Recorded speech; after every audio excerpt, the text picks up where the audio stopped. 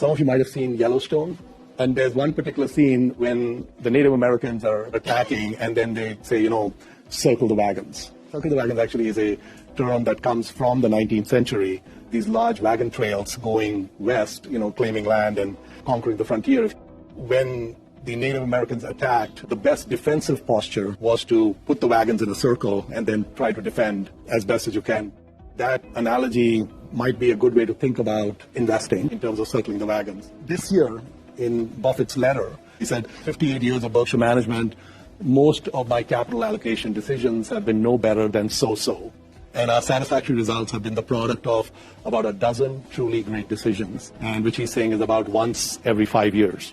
There's about 300 important decisions. And he's saying that 12 move the needle. We have 4% from the gods of investing, which is doesn't give us a lot of confidence.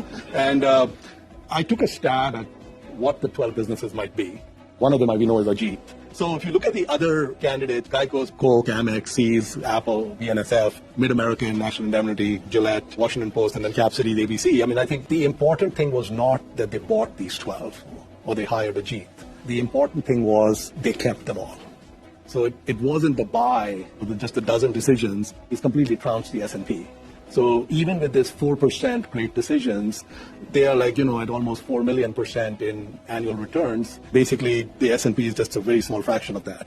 So many of you may be familiar, there's a South African company called Naspers, and Naspers used to be a newspaper publisher, and they've been around for about 100 years. I think in 1999 or 1998, they brought in a hired gun CEO, Koos Becker, and basically at that time, Naspers had a $500 million market cap.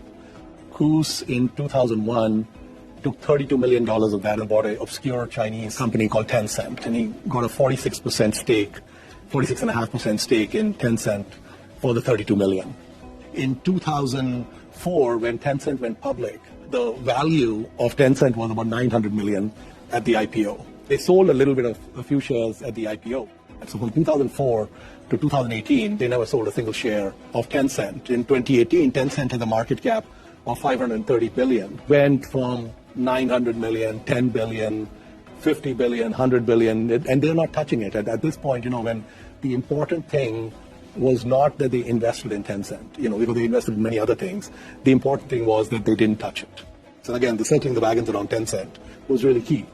Then we have Rakesh Jhunjhunwala from India. He passed away last year. Rakesh was an exceptional investor. All the wealth was created organically from his investing, and he started with $400 when he was 25 years old, and when he passed away, it was $5.8 billion, which was a tremendous, 56% compounded over 37 years. In 2003, Rakesh bought 5.9% of a company in India called Titan Industries, which has a brand called Tanishq, and Tanishq is basically a jewelry and fashion retailer. So he owned 5.9%, and then by 2011, he had increased his stake in Titan to 11%. The second 6% or so that he bought, or 5% that he bought, he paid almost 20 times what he paid for the first 6%, which is psychologically really hard for us to do, But he amazingly kept adding to his Titan position at higher and higher prices. Basically, the 3.7 million became more than 1.4 billion. And if everything else had gone to zero after 2003 for him, he would still be $400 to 1.4 billion. So then we have Ben Graham, very famous for net investing and, deep value and so on.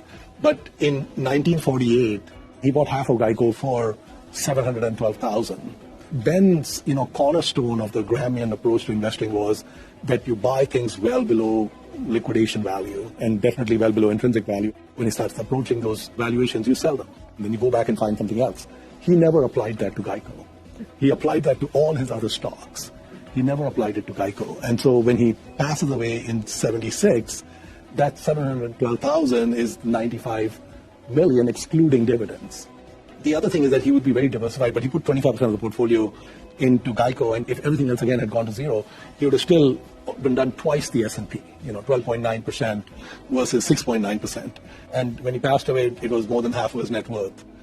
So, compounding is the eighth wonder of the world, which Einstein tells us.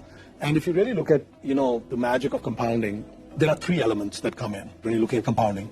Your starting capital, your annualized rate of return, and the length of the runway. For example, If I have a 7% return a year, applying the rule of 72, it will take 10 years for my money to double. If I have a 10% rate of return, again applying the same rule of 72, it'll take 7 years. So basically you can switch and change one variable for the other. If you're interested in the final outcome being a really large number, it could be a really large number by starting with a large number and having a short runway and even a small annualized rate. Or it could be you start with a really small number and some kind of a rate of return and then the runway.